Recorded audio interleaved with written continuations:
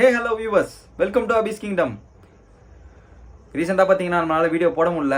அது மொபைலில் இருந்த டேட்டாஸ் எல்லாம் கரெக்ட் ஆகிடுச்சு. அதாவது மொபைல் வந்து டெட்டாக இருந்தது, அதில் டேட்டா எல்லாம் போயிடுச்சு. ப்ளஸ்ஸு நானும் கொஞ்சம் பிஸி ஆகிட்டேன், அதனால் வீடியோ ரெகுலராக எடுத்து போட முடியல. இப்போது இந்த வீடியோவில் நீங்கள் என்ன பார்க்க போகிறீங்கன்னா, நாயக்கர் மகாலில் லைட் அண்ட் மியூசிக் ஷோ இருந்தது. அது நான் வந்து மதுரை போயிருந்தும்போது என்னோடய ஃப்ரெண்டோட மொபைல் எடுத்தேன். அதனால் அந்த வீடியோ மட்டும் எப்படியோ தப்புச்சு. ஸோ அதை வந்து நான் இப்போ போடுறேன். ஃபுல் வீடியோ இருக்குது, நீங்கள் ஃபுல்லாக பார்த்து என்ஜாய் பண்ணுங்கள். அதாவது கிபி 1636 முடிவன்னர் பலர் கொடிகட்டி ஆண்ட வரலாறு புகழ்பாடு நகரம், வைகையாறு வலம் செல்லும் நகரம், தென்னவர் திருநகரமா இந்த மதுரை திருநகரில் மன்னர் திருமலை நாயக்கர் எழுப்பிய ஏற்றமிகு எழில் மாளிகை இன்று புதுமனை கொண்டுள்ளது.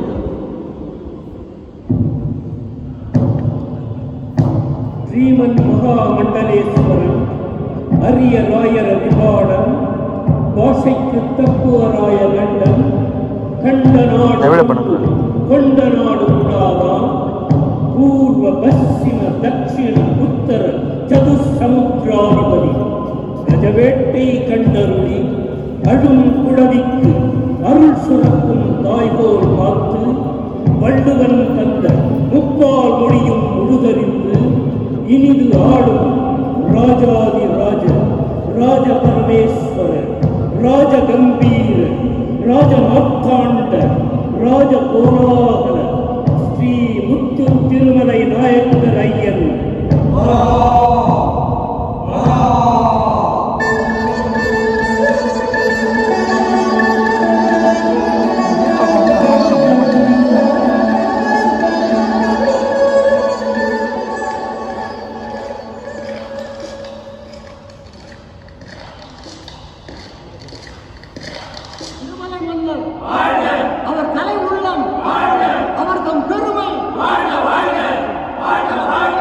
அமைச்சர்களே, அன்புசால் தளவாய்களே, பெருங்குடி மக்களே, கணக்கற்ற சிற்பிகளின் கைவண்ணம், எத்தனையோ கலைஞர்களின் மதிநுட்பம், 1000 தொழிலாளர்களின் கடும் உழைப்பும் ஒருங்கிணைந்து இந்த மாமாளிகை சிறப்புற நிறைவு பெற்றுள்ளது. அன்றொரு நாள் 7 ஆண்டுகளுக்கு முன் நான் கூறியது உங்களுக்கெல்லாம் நினைவதற்கும். பிரதானிகளே, என் அன்பிற்குரியவர்களே, மதுரையின் பண்டைய அழகினை புதுப்பித்திடுவோம். குடத்து விளக்கை குன்றத்து விளக்காக்கிடுவோம். சிற்ப கலைஞர்களே, சித்திர விற்பனர்களே, உங்கள் கலைத்திறம் இங்கே கவிப்பாடல். வெறிச்சோடி கிடந்த வெட்ட வெளியிலே உங்கள் கைவண்ணம் காவியம் படைகள்.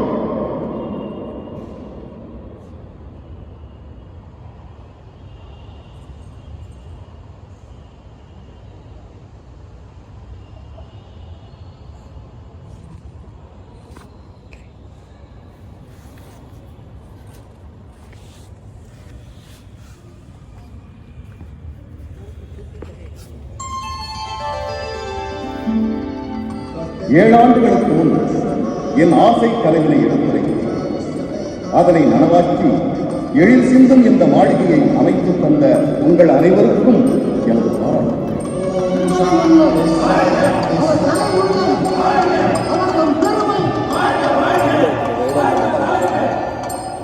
பைந்தமிழ் நாட்டு கலை பெருமைகளை வாருக்கெல்லாம் பறைசாற்றிட நாடாண்ட மன்னர்கள் பலர் எழுப்பினார்கள் எண்ணிலாத எழில்வானை.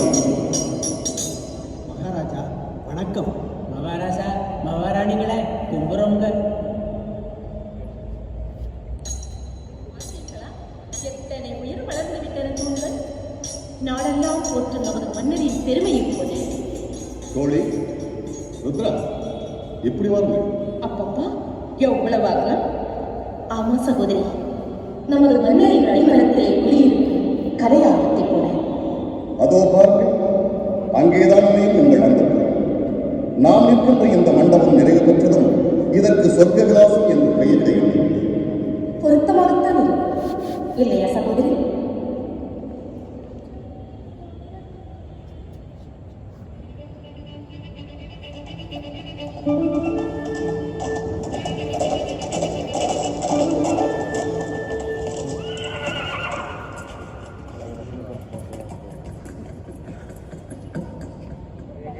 வெற்றி வந்து உன் கொத்தம் வாழ்க, குடி வாழ்க. மைசூர் மன்னர் படை விரட்டி வருகிறான். நாளை மாலைக்குள் அவன் படை திண்டுக்கலை நெருங்கிவிடும். ஓ திருநாட்டும் வீரர்கள்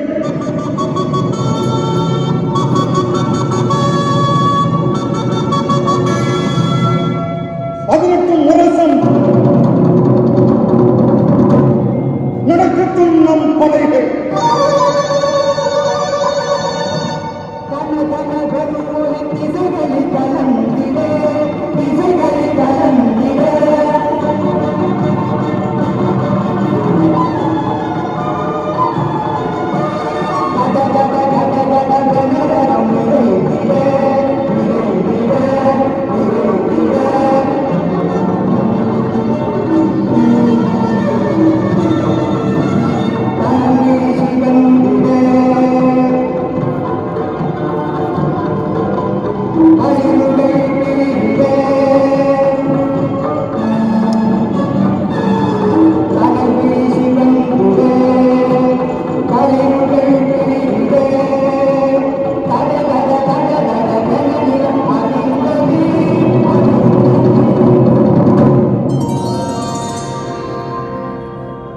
ஆலவாய் சொக்கரையும் அன்னை அங்கையர்கண்ணியையும் தன் தேவியருடன் திருமலை மன்னன் தினமும் ஆலயம் சென்று வணங்குவது வழக்கம்.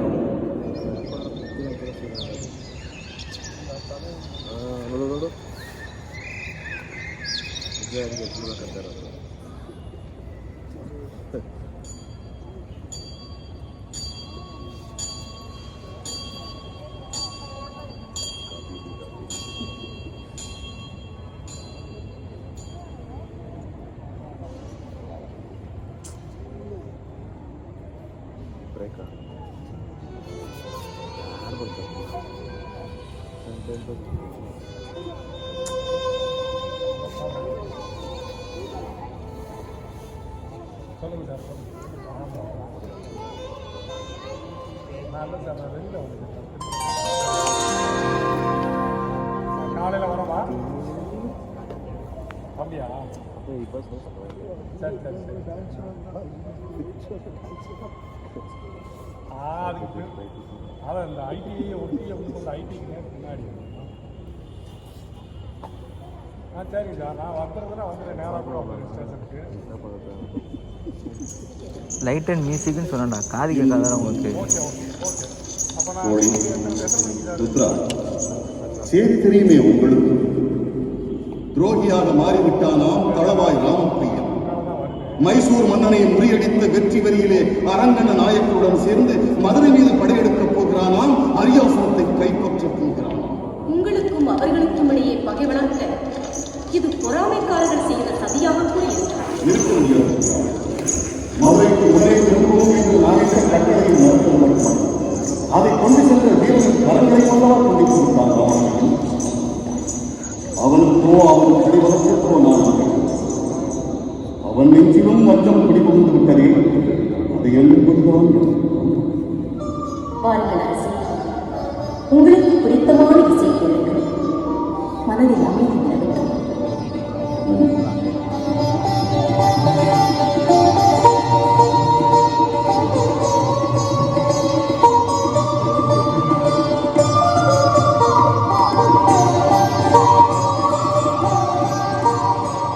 சிவனேச செல்வன், அறநெறியல் சான்றோன், அந்த ராமப்பையனுக்குமா மன்னாசி மணிமண்டலம்.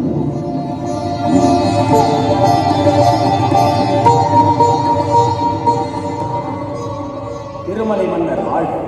அரசே, தளவாய் ராமப்பையனும் அரங்கண்ண நாயக்கரும் போரில் வெற்றி கண்டு மைசூர் மன்னனை காட்டுக்குள் பதுங்கி ஓடச் செய்து தங்களை காண பரிவாரங்களுடன் வந்து கொண்டிருக்கிறார். மைசூர் மன்னரின் செல்வ குவியல்களை நம் வீரர்கள் தேரிலும் யானைகளிலும் குதிரைகளிலும் கொண்டு வருகின்றனர்.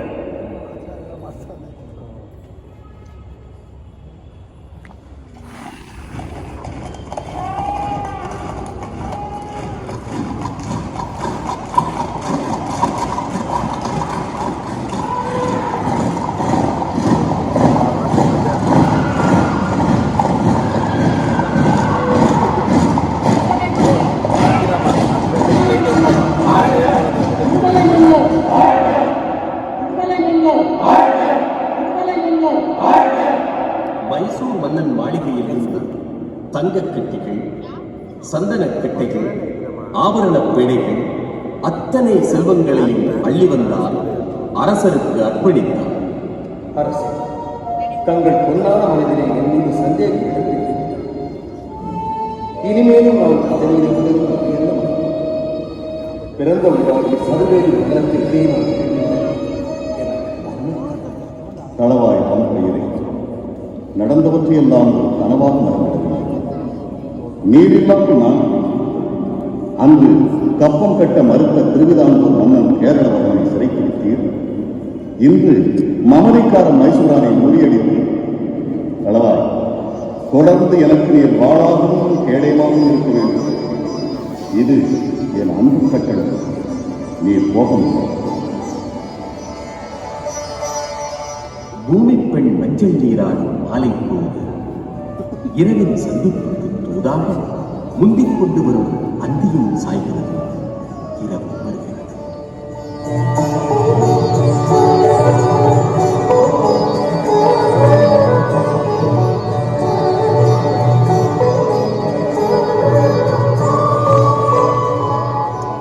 அரண்மனை மேம்பாடத்தில் நின்றபடி அரசர் தீர மரபர்களின் தீவிரத்தி வணக்கத்தை ஏற்கிறார். இது தினமும் நடக்கின்ற நிகழ்ச்சி.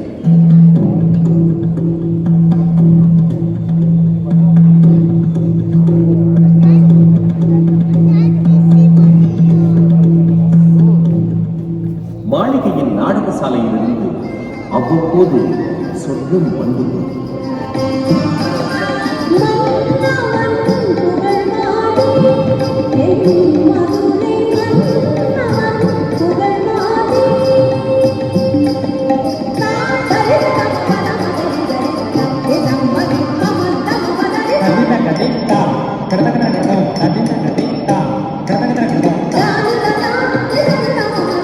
களி நடனம் கண்டு மனம் மகிழ்பவர்தான் திருமலிவர்.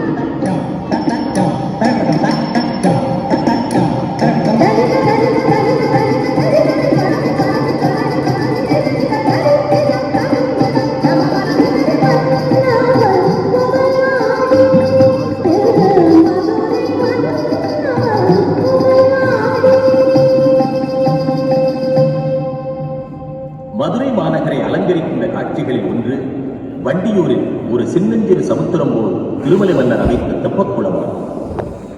அரசு பொறுப்புகளிலிருந்து சற்று ஓய்வு கொள்ள நினைக்கின்ற போதும் வேனலின் காரலை போக்குவதற்கும் தேவியரோடு திருமலை மன்னர் மைய மண்டபத்திற்கு வருவதுண்டு.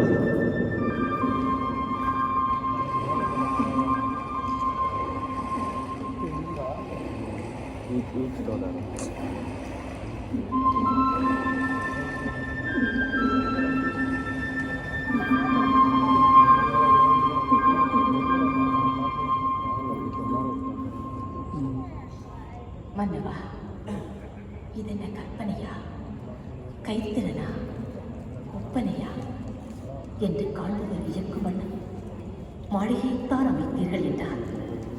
இந்த மைய மண்டபத்தையும் எத்தனை அழகு அமைத்து விட்டீர்கள். தேவியரே, மாளிகையையும் தெப்பக்குளத்தையும் அமைப்பதோடு என் பணிமுற்று பெறவில்லை. ஆலவாய் ஆலயம், திருப்பரங்குன்றம் என்றதும் எனக்கு பரிபாடல் ஒன்று நினைவுக்கு வருகிறது. எந்த பாடல்?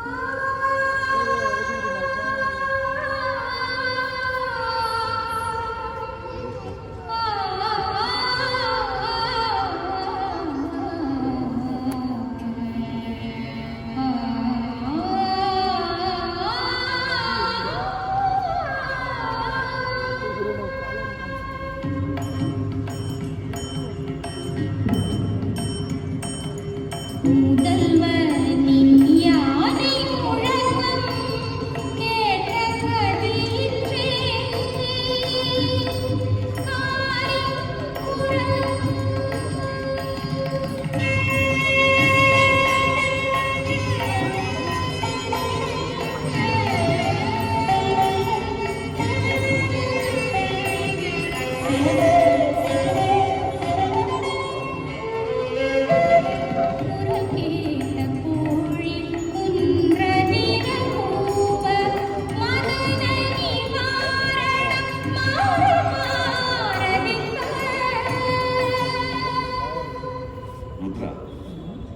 நீ பாடத் தொடங்கியதற்கு முன்னுள்ள பகுதியும் சுவையானது. கேள். தமிழ் பெருங்கடவுளாகிய நமது முருகப்பெருமான் எழுந்தருளி இருப்பதால் அந்த இமயத்திற்கு நிகரானதாம் இப்பரங்குன்றம். இங்கே அருவி வீழ்ந்து திகழும் சுனையோ செவ்வேளே நீ தோன்றிய சரவணப்பள்ளிக்கு ஒப்பாகும். மேலும் என்ன சொல்லுகிறார் தெரியுமா ஆசிரியர் நல் நம்புவதால்? முதல்வா, வேலவனை சொல்கிறார், உனது பட்டத்து யாரை குளிரிடும் போது அது மேகத்தில் இடி முழக்கத்தை போலிருக்கிறது. அந்த முழக்கத்தை கேட்ட கோழி குன்றவிர கூவுகிறது. அந்த ஒலியை கேட்ட யானை மீண்டும் குளிர்கிறது. மீண்டும் கோழி கூவுகிறது. மீண்டும் மீண்டும் இந்த ஒலிகளை குன்றம் எதிர்க்கிறது.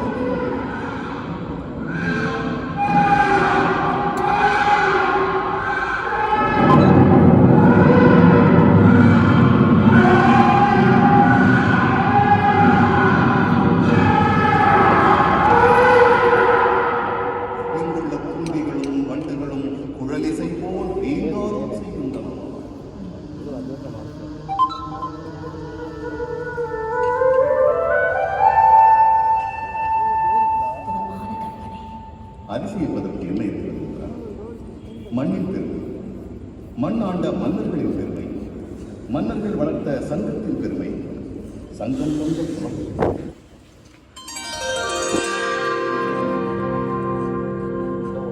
ஆம், அப்படி பூத்ததுதானே தமிழ் தாய்க்கு ஒரு மணிமகுடமாக அமைந்த தமிழ்மறையாம் திருக்குறள் எனும் திருமறை.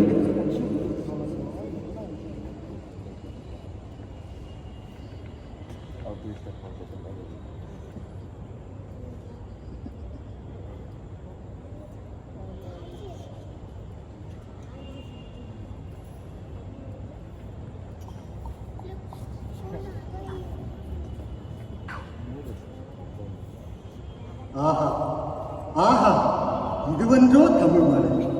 ஆமாம், ஒரு முறை கேட்டாலே உள்ளத்தை உருக்கும் தெளிவு தந்திடும் திருமறை.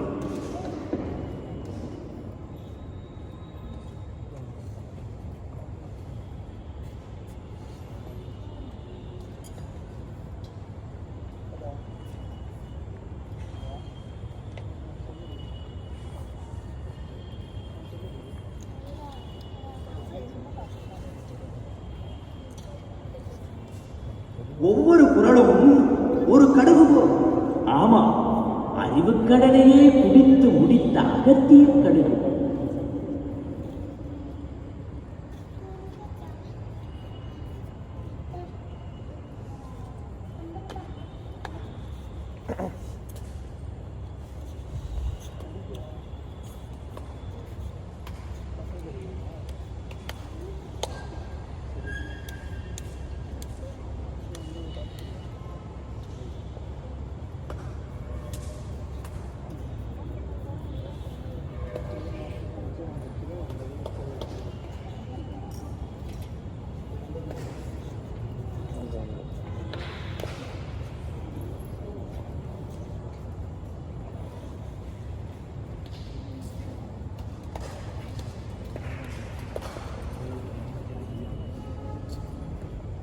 தமிழ்ச்சங்கத்தில் தரலாம் இதற்கு முதலிடம்.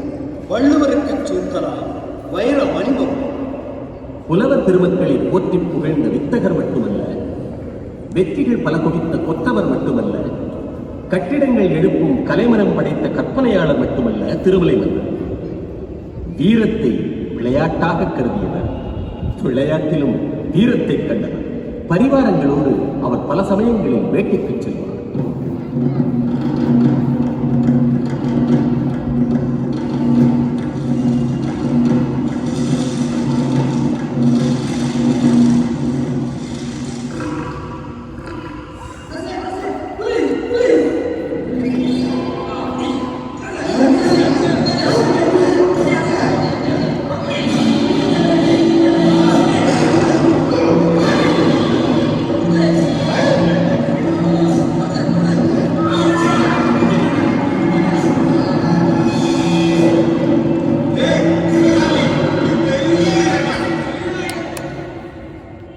என் உயிர் காக்க உன் உயிரை துச்சம் என மதித்து புலியோடு போரிட்ட இளைஞனே, உன் வீரத்தை, உன் ராஜபக்தியை பாராட்டுகிறேன். வீரர்களே, வேட்டை நிற்கட்டும். திண்டோல் படைத்த இந்த வீர மருதனின் கிராமத்துக்கு உடனே நாம் புறப்படுகிறோம்.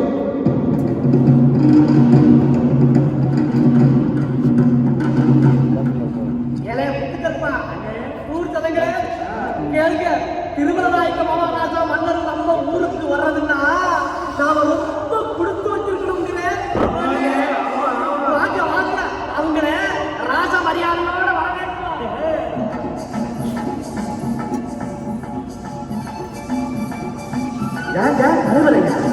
மகாராஜா பின்னால சொல்றாங்க வராது. நம்ம மாதிரி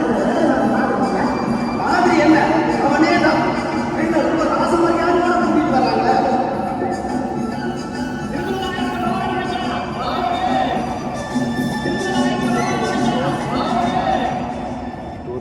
எனது அருமை பெருங்குடி மக்களே, புலியோடு போர் புரியும் ஒரு வலிமை பெற்ற வீராதி வீரனை தந்த இந்த ஊருக்கும் ஊர் மக்களுக்கும் நான் மிகவும் கடமைப்பட்டுள்ளேன்.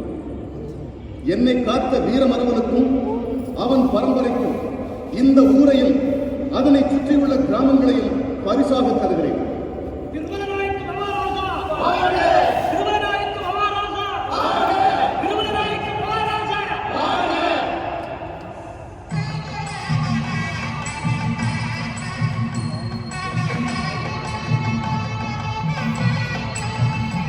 திருமலை நாயக்கர் அரண்மனையில் நடைபெற்ற விழாக்களிலே மிகச்சிறந்தது நவராத்திரி. மாட்சிமை மிக்க மன்னன் கோலாகலமாக காட்சியளித்து தக்கவர்க்கெல்லாம் மிக்க மகிழ்வோடு பரிசுகளும் விருதுகளும் வழங்கும் நன்னாளாகும் அந்த நாள். அரசே, அடுத்து நீங்கள் பலமுறைகள் கேட்டு பாராட்டிய இசை.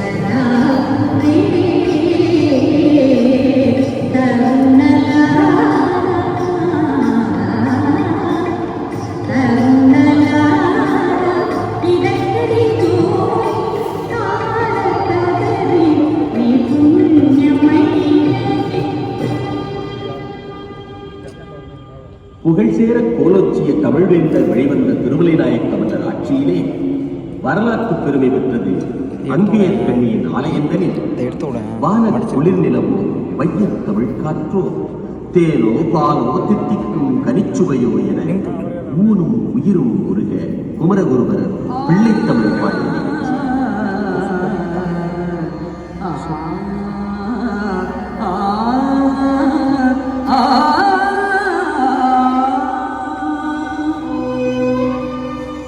மதுகரம் பாய் மணிக்கும் உழக்காடேந்தும் இளவஞ்சி கொடியே மறியவே மலையத்துவதில் பெற்ற பெருவாழ்வே மருக மருகவே மருக மருகவே மருகவே.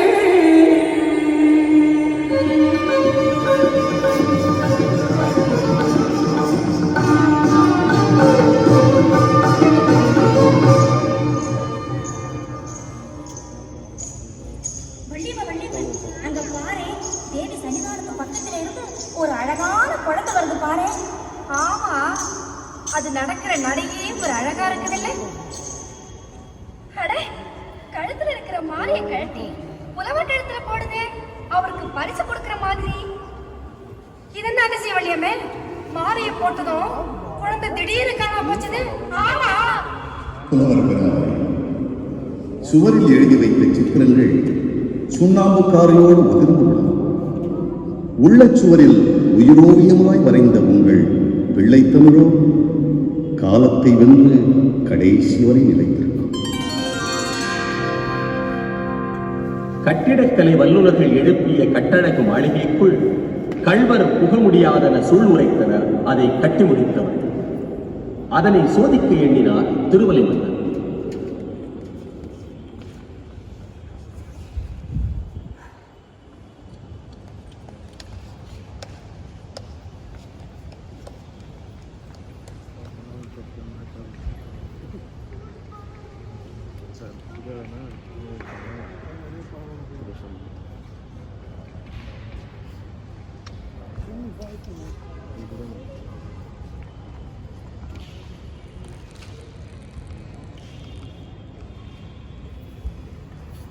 திருடுவதும் ஒரு கலை, அதற்கும் வேண்டும் ஒரு திறமை என்பதை மன்னருக்கு உணர்த்திட நினைத்தார் ஒரு திருடன். நடுநிசி நேரம் அர்த்தஜாம மணியும் அடித்து வைத்தது. ஆலவாய் நகரம் நித்திரையில் மூழ்கியது. அரண்மனை காவலர் அயராது காவல் புரிந்தனர்.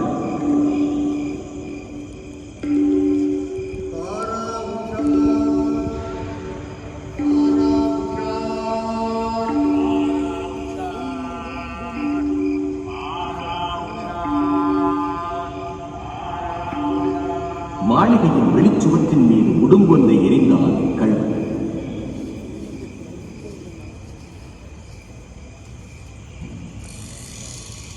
அதனோடு இணைக்கப்பட்டிருந்த கயிற்றின் வழியாக யாரும் அறியாமல் உள்ளே நுழைந்தார்.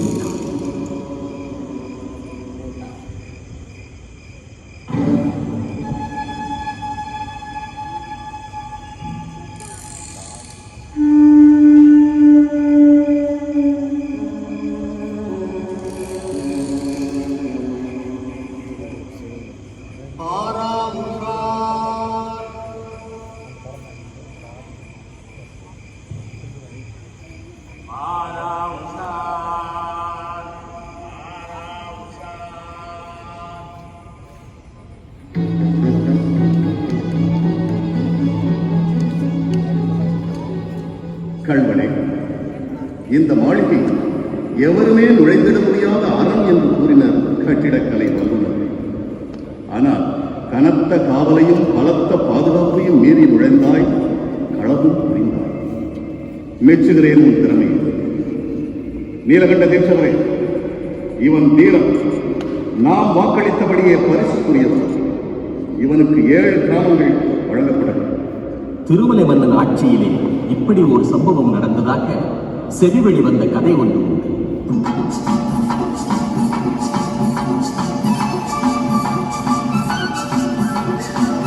திருமலை மன்னரின் காலத்தில் ராமநாதபுரம் சீமையில் சேது நாடிலும் மறவர் சீமையிலும் கூறுவது. மறவர் குல மக்கள் வீரம் மிக்கவர்கள், அஞ்சாது வெஞ்சவர் புரியும் நெஞ்சம் படைத்தவர்கள். சேது நாட்டில் 1653ஆம் ஆண்டு அரசுரிமைக்காக உள்நாட்டு கிளர்ச்சிகள் நடந்தன. கிளர்ச்சி செய்த தம்பி என்பவன் ஆட்சியில் இருந்த சடைக்கத்தேவர் எனும் சேதுபதி மன்னருக்கு எதிராக திருமலை மன்னரிடம் முறையிட்டால் உதவி வேண்டினார். மதுரை மன்னனும் சேது நாட்டின் மீது படையெடுக்க ராமப்பையனுக்கும் அரங்கண்ண நாயக்கருக்கும் ஆணையிட்டார்.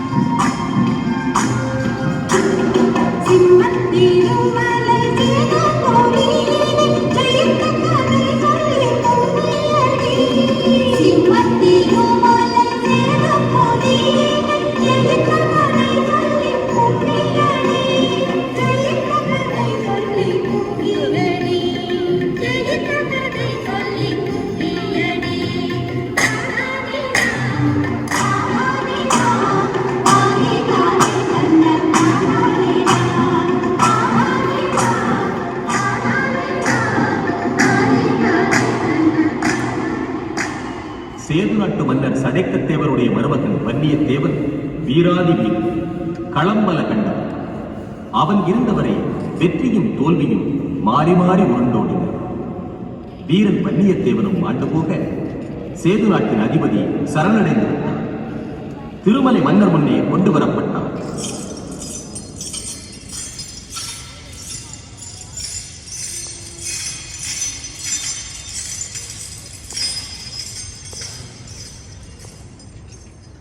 ஓ,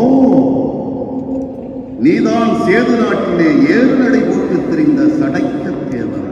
ஏறு நடையிலாக இல்லாதிருந்தால் ஏன் என்னை சங்கிலிகளால் பிணைத்து இங்கே கொண்டு வர வேண்டும்? உன் பேச்சிலே ஆணவம் முளையிடுகிறது. உமது பேச்சிலே ஏளனம் கொக்கரிக்கிறது. கொக்கரித்திருக்க மாட்டேன்.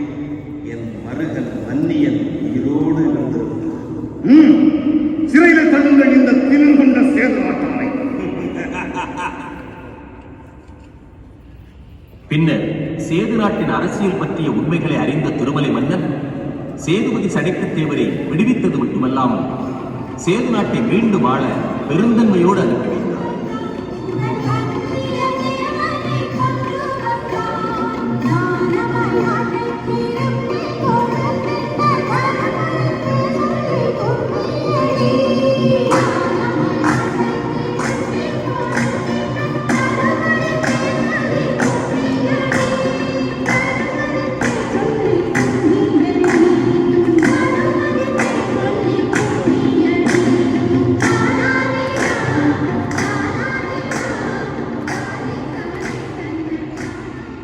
சங்கத் தமிழ் வளர்த்த தங்கத் தமிழ் வேந்தர் திருமலை மன்னர் எம்மத வளர்ச்சிக்கும் சம்மதம் தந்த பரந்த பண்புடையோராக விளங்கினார். திருமாலின் அடியவராய் இருப்பினும் அங்கேயர்கண்ணியையும் சோமசுந்தர கடவுளையும் அவர் வழிபட்டார். ஆலவாய் ஆலயம், திருப்பரங்குன்றம், அழகர் கோயில், ஆண்டாள் கோயில், நெல்லையப்பர் கோயில் போன்ற ஆலயங்கள் எல்லாம் சைவ வைணவ திருப்பணிகளை அவர் சமமாகவே செய்வித்தார். ஏன் விரிந்த மனப்பான்மை இருந்ததால் பிற நாட்டு மதங்களுக்கும் அவர் நேசக்கரம் நீட்டினார்.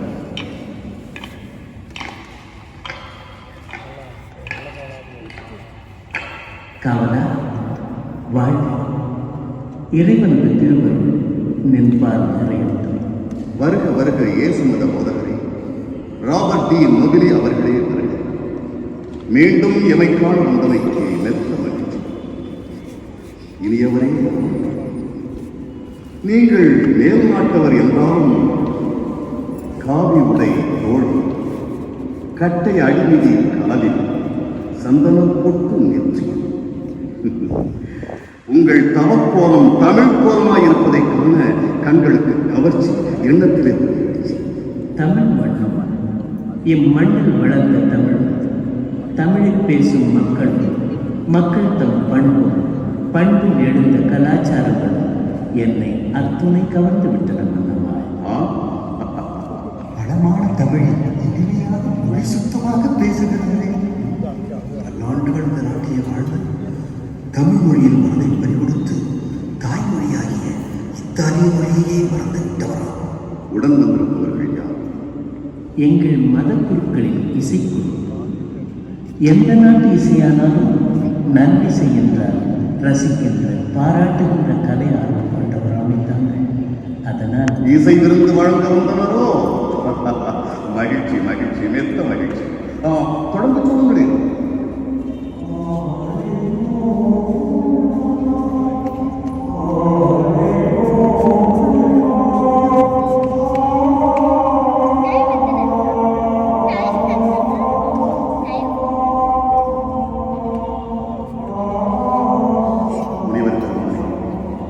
என்னை மிகவும் கவர்ந்தது உங்கள் நீலகண்ட தீட்சன் அவர்களே, அத்தனை பேருக்கும் பொன்னாடிகள் வழங்க ஏற்பாடாகும். கிறிஸ்துவ மதத்திற்கு மட்டுமல்லாமல் எல்லா மதங்களுக்கும் திருமலை மன்னர் சம உரிமை வழங்கியிருக்கிறார்.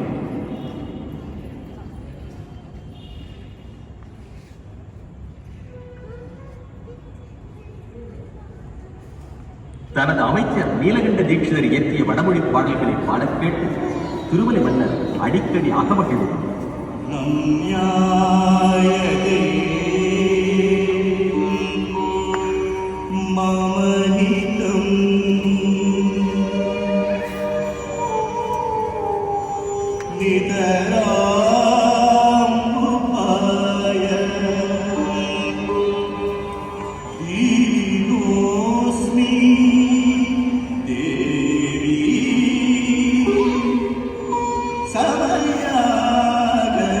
சமயாகரணாச்சமோ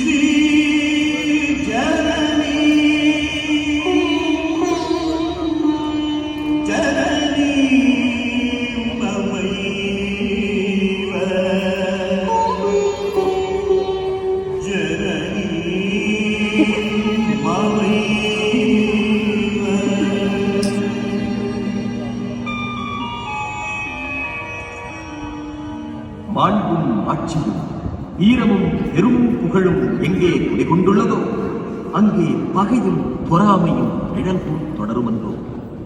திருமலை மன்னனும் இதற்கு விதிவிலக்கல். ஆடவருள் சிறந்த அரசனை கொல்ல பெண் வேடம் கொண்ட ஒருவன் தூண்களின் பின்னே ஒளிந்து நின்றான்.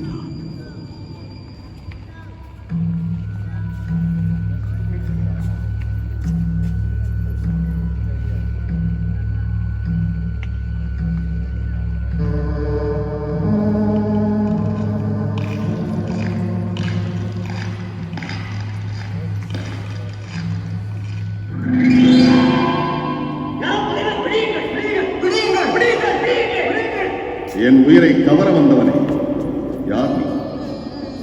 பேச மறுக்கிறான். சிறை வையுங்கள் இவனை. அரசே, அபாயம் ஒன்றுமில்லையே. இல்லை. அஞ்சி நடுங்கிவிட்டோம் அரசே. ஏன் தேவி அஞ்ச வேண்டும், நடுங்க வேண்டும்? ஆலவாய் சோமசுந்தரனும் அன்னை அங்கையர்கண்ணியும் நமக்கு துணை இருக்க அபாயங்கள் நம்மை என்ன செய்ய முடியும்? அண்ணே, முத்தண்ண, என்னது அந்த திருட்டு பய சிறைச்சாலையில கூட பேச மாட்டேன்ட்டானே. அது மட்டும் இல்ல தம்பி, அந்த பையன் நினைச்சு வந்தது மட்டும் நடந்து.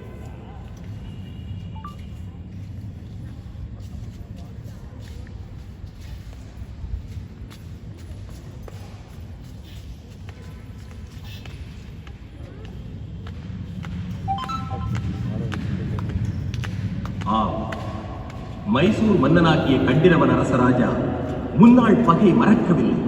அவன் பழி எண்ணம் மாறவில்லை. மதுரை நோக்கி படை நடத்தினான்.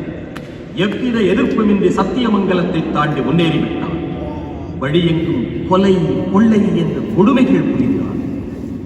குழந்தைகள் என்றும் மடந்தையர் என்றும் பாராமல் மூக்கறுத்தான். முகச்சேதம் புரிந்திட்டான். அறுபட்ட மூக்குகளை முட்டை முட்டையாக தலைநகர் அனுப்பி வைத்தான். சேதி எட்டியது நோயில் கிடந்த திருமலை மன்னன்.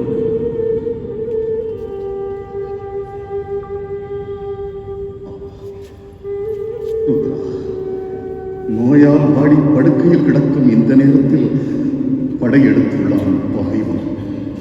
வெற்றி குவிக்கும் ராமப்பையனும் இல்லை. இருந்தாலும் மைசூரானையும் அவன் படைகளையும் பழிக்கு பழி வாங்காமல் விடப்போவதில்லை.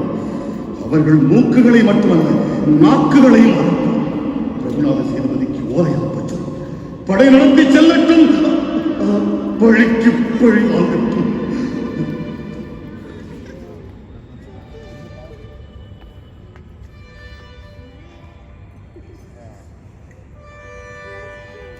கண்ணுக்கு கண் என்ற பழி உணர்வோடு மன்னன் ரகுநாத சேதுபதி, வாழையக்காரர் அரங்கண்ண நாயக்கர், இளவல் புத்தியால நாயக்கர் ஆகியோர் எதிரிகளை மைசூருக்கே துரத்திச் சென்றனர். சென்ற வழியெல்லாம் சீர்கேடு, அழிவு, அலங்கோடு.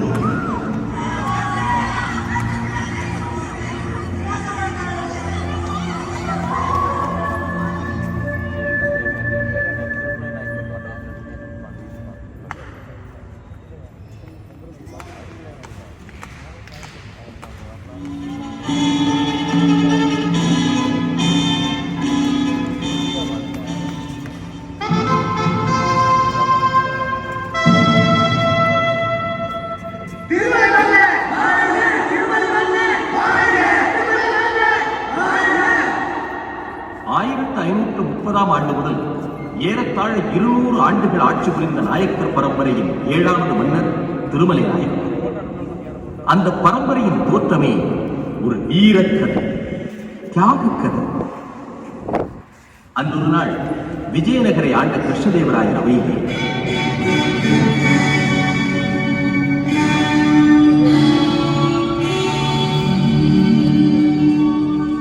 விஜயநகரத்தில் பேரரசனாக வீட்டிருப்பது கிருஷ்ணதேவராயன் என்பதை மறந்துவிட்டானா சோழன்? இல்லை, உன்னை போலவே எனக்கு அடங்கி வந்தான் அவனும் என்பதை உணராது போனான். சந்திரசேகர பாண்டியனே, கவலை வேண்டாம். தளவாய் ராகவ நாயக்கரே, பாண்டிய நாட்டை அபகரித்த சோழனை வென்று பாண்டிய நாட்டை பாண்டியனிடமே ஒப்படைத்து வாரும்.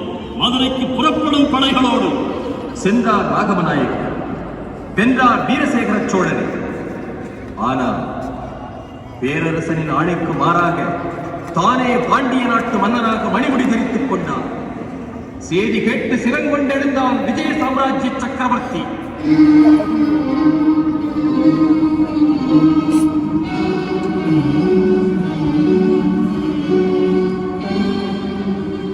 துரோகம், நினைத்து பார்க்க முடியாத மாபெரும் துரோகம்.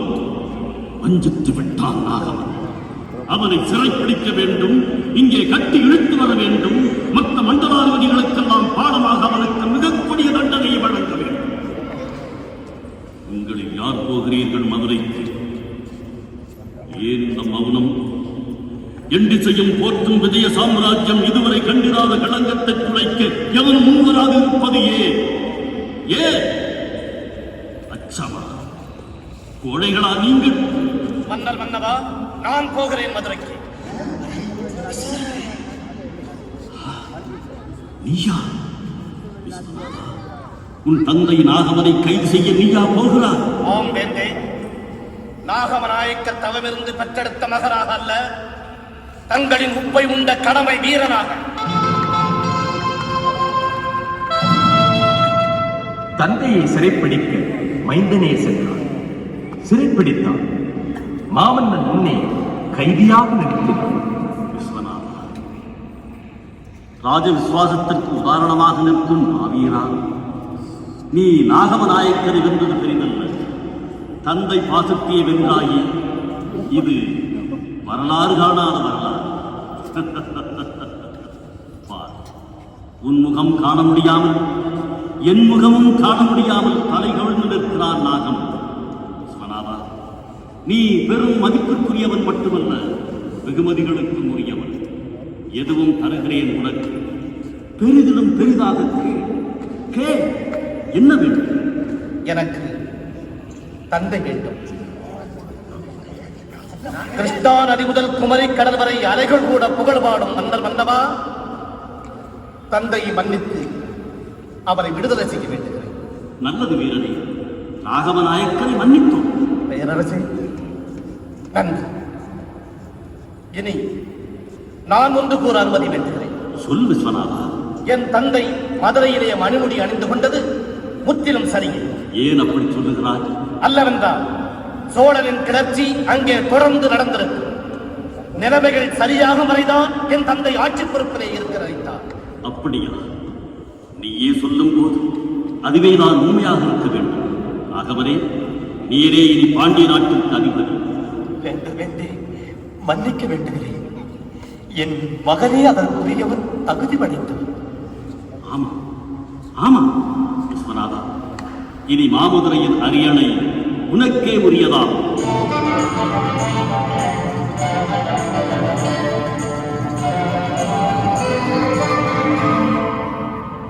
இப்படி விஸ்வநாத நாயக்கர் பரம்பரையின் 7வது பட்டத்து அரசனாக ஆட்சி தொடங்கினார் திருமலை நாயக்கர்.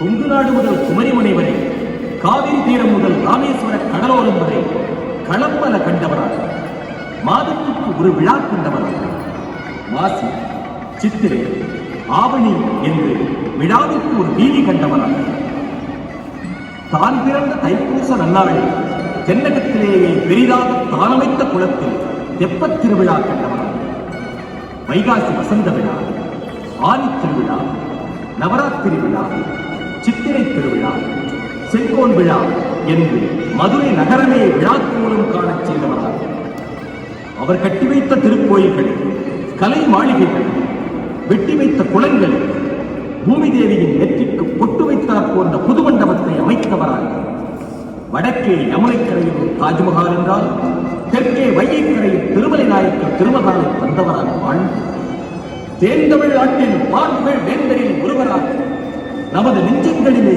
என்றென்றும் நிலையாக நிற்பவர் வரலாற்று புகழ் பெற்ற திருமலை நாயக்கர் அவர்கள். திருமலை மன்னன்